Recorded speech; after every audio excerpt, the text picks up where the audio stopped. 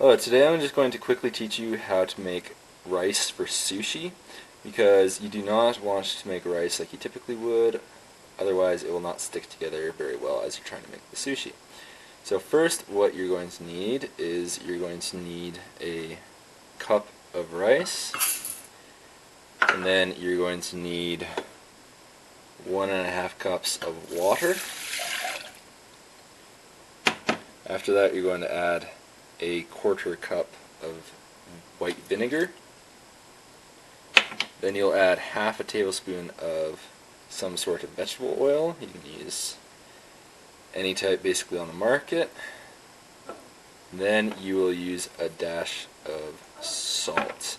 And then you're going to add 3 tablespoons of sugar to that. And before it gets hot, make sure that you stir it up good so all your sugar is not just in one spot. This will help to dissolve the sugar right off the start.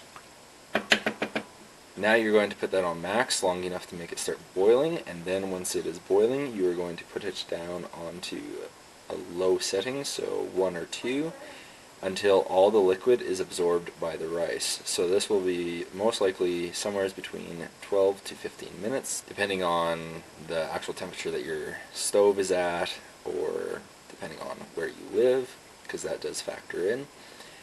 And then once all the moisture is absorbed into the rice, then it will be done. And before you start it, make sure that you put a lid on. I almost forgot to tell you that. And there you have it. Now the rice is ready.